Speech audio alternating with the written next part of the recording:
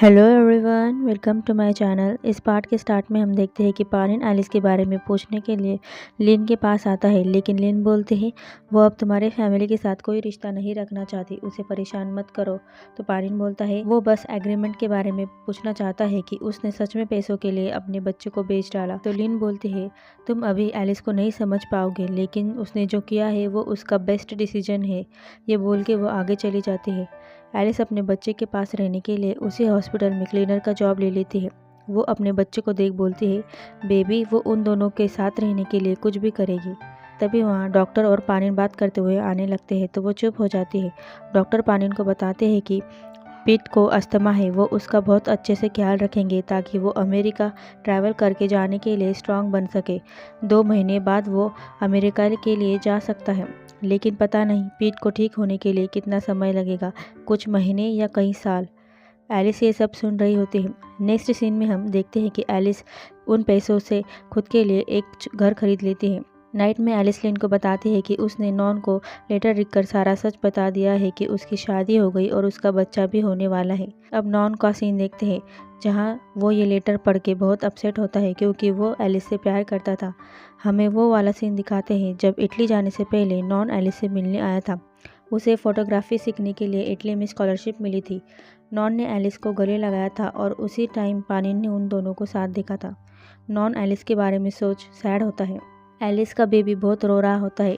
Nurse बातें कर रही होती है कि ये बेबी जो है वो पाउडर मिल्क नहीं पी रहा है, उसके लिए ब्रेस्ट मिल्क चाहिए। अगर वो कुछ भी ना खाएगा ना पिएगा तो उसके लिए ये अच्छा नहीं होगा, उसकी सर्जरीज होने वाली है। एलिस उनकी बातें सुन रही होती है, बोलती है वो ब्रेस्ट मिल्क दे सकती है। वो उन्हें ये नहीं बताती कि ये बच्चा उसका ही है। वो बोलती है उसका एक छोटा बेबी है, वो इसे ब्रेस्ट मिल्क दे सकती है। तो वो नर्स पीट के लिए मान लेती है। एलिस बेबी को ब्रेस्ट मिल्क फीड करवाती है। नर्स बोलती है तुम दोनों को देख ऐसा लगता है तुम दोनों का माँ और बेटे का रिश्ता है। एलिस अपने बच्चों को देख रो रही होती है और सॉरी करती है, बोलती है वो बस उसके लिए इतना ही कर सकती है।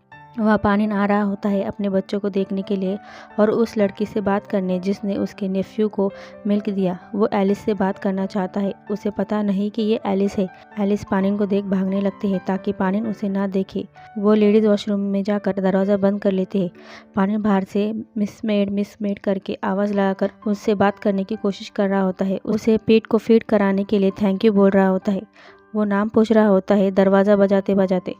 साइड से जेंट्स वॉशरूम से डॉक्टर बाहर आते हैं। वो पानिन को बात करने ले जाते हैं। फिर बाद में एलिस बाहर आती है। निराफाई हाउस में पानिन डैड को बताता है कि वो जल्दी से पीट को लेकर अमेरिका उसके ट्रीटमेंट के लिए जाएगा। डैड बोलते हैं अगर वो चला गया तो सीरी और बिजनेस का क्या होगा, कौन संभालेगा। तो पानिन बोलता है बिजनेस का तो वो पोखाई को समझा देगा और सीरी से वो खुद बात करेगा। ये सब रूम के बाहर से पोखाई सुन खुश हो रहा होता है। अब वो आज़ादी से कंपनी को अपने काबू में करने के लिए प्लान कंटिन्यू कर सकता है। पानिन सीरी से रेस्टोरेंट में मिलने जाता है। वो बताता है कि वो पीट को लेकर अमेरिका उसके ट्रीटमेंट के लिए जा रहा है। तो सीरी बोलती है अगर वो चाहता है कि उनकी एंगेजमेंट कैंसिल होने से उनकी कंपनी को कोई नुकसान ना हो, उसके फादर गुस्सा ना हो, तो उसे कुछ चाहिए। आगे हम सीरी को पानिन के डैड से बात करते देखते हैं, जो पानिन की कंपनी में ना होने की बात का फायदा उठाते हुए बोलते हैं वो उनका काम का बोझ हल्का करने के लिए कंपनी के बोर्ड डायरेक्टर की मेंबर बनना चाहती है। जो सुन वो शौक होते हैं। सीरी अब काम करने के बहाने कंपनी में रहकर निराफाई के बिजनेस को रून करेगी। बाद में हम लिन को देखते हैं जो मिनी बस से कहीं जा रही होती है। उसे बियर बार में बैठा नॉन ड्रिंक करता हुआ दिखता है, जिसे देख वो चौंक जाती है क्योंकि वो तो इटली में था। लिन के वहाँ पहुँचने से पहले नॉन वहाँ से चला जाता है। लिन उसका पीछा करती है। नॉन एलिस के पुराने घर जाता है। वो वहाँ एलिस को आवाज़ देने लगता है। वहाँ की ओनर बोलती है कि वो एलिस अब यहाँ नहीं रहती। तभी वहाँ पर लिन आती है जो ड्रंक नॉन को अपने साथ बात करने ले जाती है, जहाँ नॉन बोल रहा होता है कि तुम्हें बीच में पड़ने की कोई ज़रूरत नहीं। वो बोलता है एलिस उसके साथ ऐसा कैसे कर सकती है, शादी करके बच्चा भी कर लिया और अपनी ज़िंदगी में आगे बढ़ गई, लेकिन उसका क्या, उसकी स्कॉलरशिप कैंसिल करा दी और उसे बाहर फिकवा दिया उन लोगों ने। उसके पास अब कुछ भी नहीं बचा, वो बहुत अनलकी है। लिन उस पर गुस्सा होकर नॉन को एलिस की कंडीशन बताती है कि जिस दिन एलिस को बेबी हुआ उसी दिन पिनियो उसका हस्बैंड की डेथ हो गई। उसका बच्चा बहुत बीमार है, उसे उसके बच्चे से अलग कर दिया गया, वो अमेरिका जाने वाला है और तुम्हें लगता है सिर्फ तुम्हारे साथ ही बुरा हो रहा है। नॉन ये सब सुन शॉक होता है। लिन नॉन को सलाह देती है कि उसे एलिस की तरह हालत से लड़कर आगे बढ़ने की कोशिश करनी चाहिए और अगर तुम एलिस के सामने ऐसे जाओगे तो एलिस हर्ट होगी। तो नॉन लिन की हेल्प मांगता है, बोलता है उसे इतना काबिल बनना है कि वो एलिस का ख्याल रख सके। लिन सोचने लग जाती है। हॉस्पिटल में एलिस अपने बच्चे को दूध पिलाने आती है तो वहाँ पीट नहीं होता। वो नर्स उसे बताती है कि उसका अंकल आज उसे अमेरिका ले जा रहा है। जो सुन एलिस शॉक होती है। वो दौड़कर अपने बच्चे के पास जाने लगती है। पानिन कार में बैठ जाने लगता है। एलिस उसे पीछे से रोकने के लिए आवाज़ लगाती है लेकिन पानिन सुन नहीं पाता। जब सुनता है तो एलिस नीचे गिर जाती है। उसके सामने कार खड़ी होती है तो पानिन उसे नहीं देख पाता और आगे बढ़ जाता है। एलिस पीछे से आवाज़ देती रह जाती है। वो बहुत रोती है। वो आखिरी बार भी अपने बच्चे को नहीं देख पाई। आगे एलिस काम के साथ स्कूल जाने का भी डिसाइड करती है। वो टीचर बनकर इंग्लिश स्कूल में एलिमेंट्री किड्स को पढ़ाना चाहती है और साथ में नर्स की हेल्प करके छोटे बीमार बच्चों का ख्याल रखने का काम करेगी। वो चिल्ड्रन साइकोलॉजी सीखकर छोटे बच्चे जिनका मानसिक संतुलन ठीक नहीं है उन्हें सुधारने की कोशिश करेगी। वो ये सब जल्दी से सीखना चाहती है ताकि जब बाद में पीट स्कूल जाएगा तो वो उसे उसके स्कूल में मिल पाएगी और इसका ख्याल रख पाएगी। एलिस दिन रात करके पढ़ाई करती है। वहाँ पानिन छोटे पीट को संभालता है, उसका ख्याल रखता है। एलिस इंग्लिश क्लासेस भी लेती है। हमें एलिस और पानिन दोनों के कुछ सीन्स दिखाते हैं। पानिन बच्चे के साथ रहकर उसका ख्याल रखता है और एलिस दूर रहकर अपने बच्चे से आगे फ्यूचर में मिलने के लिए मेहनत करती है। सिरी अपने डैड को बताती है पानिन यहाँ नहीं है तो वो कंपनी के ज़्यादा से ज़्यादा स्टॉक्स खरीदकर अब कंपनी अपने काबू में करने का प्लान करेगी। उसका डैड यही चाहता है। सिरी थोड़े थोड़े करके शेयर होल्डर्स से शेयर्स खरीदना स्टार्ट कर देती है। लिन नॉन की हेल्प करती है उसके रहने के लिए रूम रेंट पर ढूंढने के लिए। एलिस चिल्ड्रन साइकोलॉजी पढ़ने के लिए कॉलेज में एडमिशन ले लेती है। हम पीट को देखते हैं जो अब 2 साल का हो गया होता है। उसकी 2 सर्जरीज हो गई होती है। उसकी कुछ और सर्जरीज भी बाकी होती है जिसके बाद उसके हार्ट रिप्लेसमेंट की सर्जरी होने वाली होती है। ये सारी बातें वो अपने डैड को बता रहा होता है। बाद में पानी एक बॉक्स को देख रहा होता है जिसमें उसने एलिस के लिए खरीदी हुई रिंग्स रखी होती है। पानिन पास्ट को याद कर सैड होता है।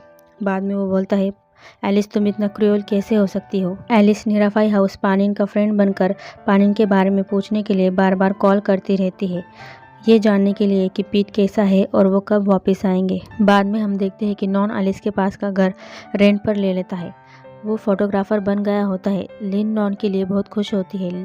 एलिस को तो पता ही नहीं होता कि नॉन इटली से वापस आ गया है। लिन ने नॉन की बहुत हेल्प की होती है।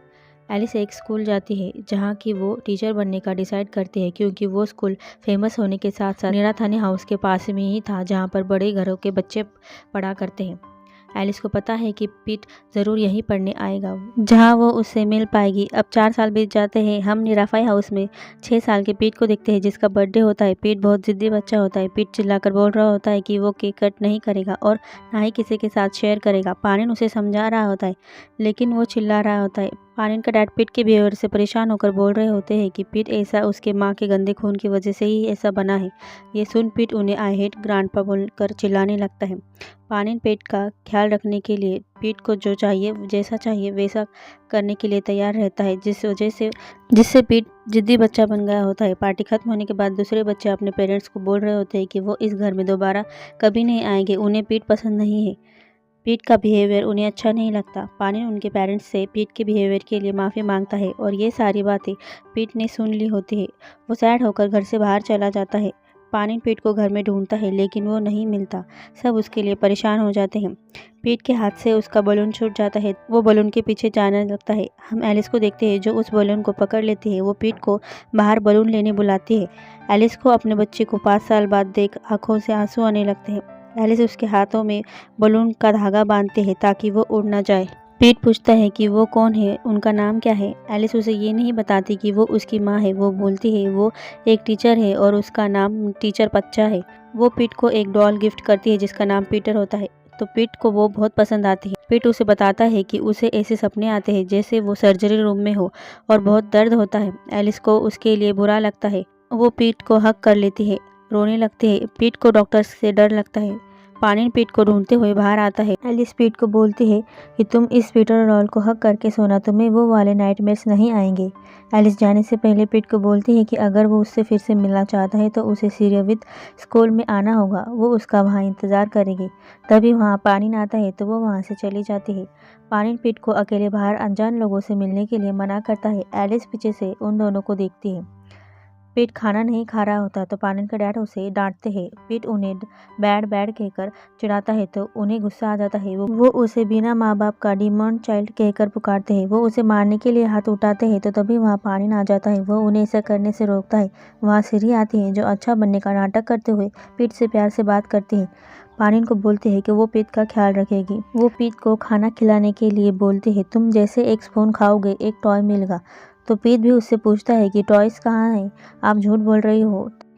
तो सिरी बोलती है, तुम जितने स्पून खाओगे उतने टॉयज जैसे उसे पसंद है वो उसे बाद में दिला देगी। लेकिन पीट अपना मुंह बंद कर लेता है तो उसे गुस्सा आता है। बोलते हैं पीट को उसकी बात माननी ही पड़ेगी क्योंकि वो उसके अंकल पानिन से जल्द ही शादी करने वाली है तो वो उसकी आंट बनेगी। पीट को ये बात अच्छी नहीं लगती। वो मुंह में खाना जमा कर लेता है और सिरी के ऊपर थूक देता है और हंसने लगता है। सिरी को पीट पर बहुत गुस्सा आता है। वो पीट को पकड़कर उससे माफ़ी मांगने को बोल रही होती है लेकिन पीट नहीं मानता। वो जोर जोर से चिल्लाने लगता है। तो वहाँ पानिन आता है तो देखता है पीट सिरी के बाल पकड़कर नोच रहा है। पानिन पीट को संभालता है, सिरी से सॉरी करके पीट को अंदर ले जाता है। पानिन का डैड सिरी से पीट के बिहेवियर के लिए माफ़ी मांगता है लेकिन सिरी में गुस्से में बोलती है, क्या आपका ग्रैंडसन पागल है, उसका आप पहले ट्रीटमेंट करवाइए, और ये बोल वहाँ से चली जाती है। पानिन पीट को शांत कराता है। पानिन और पीट का सीन बहुत इमोशनल होता है। पीट सैड होता है। वो पानिन से पूछता है, अंकल डिमोन चाइल्ड क्या होते हैं? क्या डिमोन चाइल्ड का मतलब बिना माँ बाप का बच्चा होता है? तो पानिन उसे समझाता है कि ऐसा कुछ नहीं होता है। इस वर्ड को तुम्हें याद रखने की कोई ज़रूरत नहीं है। वो उसे प्यार करते हुए बोलता है वो उसका अच्छा बेटा है, वो उससे सबसे ज़्यादा प्यार करता है। तो पीट भी उसे आई लव यू अंकल कहता है। बाद में पीट के सोने के बाद पानिन का डैड पानिन से पूछता है कि पीट ऐसा बिहेव क्यों करता है। तो पानिन उन्हें बोलता है कि इन 6 सालों में पीट के ऊपर 7 सर्जरीज हुई है। जब भी वो नींद से उठता उसके हाथ पैर बेड से बंधे होते थे। उसके हार्ट में सिर्फ दर्द और गुस्सा भरा होता है। पीट सोचता है कि वो दूसरे बच्चों की तरह क्यों नहीं है, क्यों उसे इतना दर्द सहना पड़ता है, क्यों उसके पेरेंट्स नहीं है।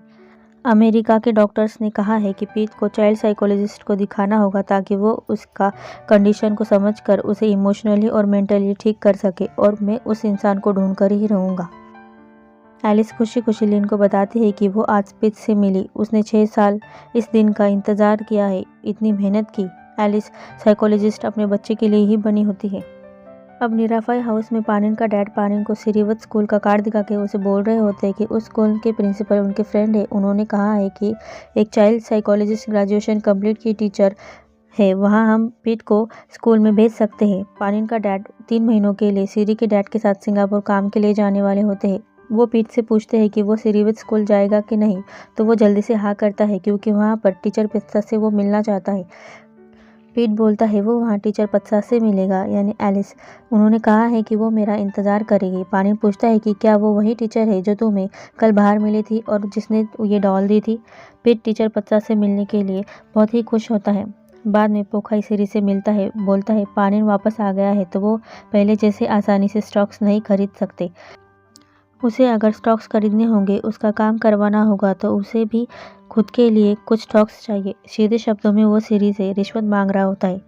तो सिरी बोलते हैं, तुमने इतना बड़ा मुंह खोलने की हिम्मत की है तो वो उसे जितने भी % स्टॉक्स मिलेंगे उनमें से हर 1% पोखाई को देगी। वो जब वो निराफाई कंपनी की प्रेसिडेंट बन जाएगी तो वो पोखाई को जनरल मैनेजर बनाएगी, जिसके लिए पोखाई मानता है।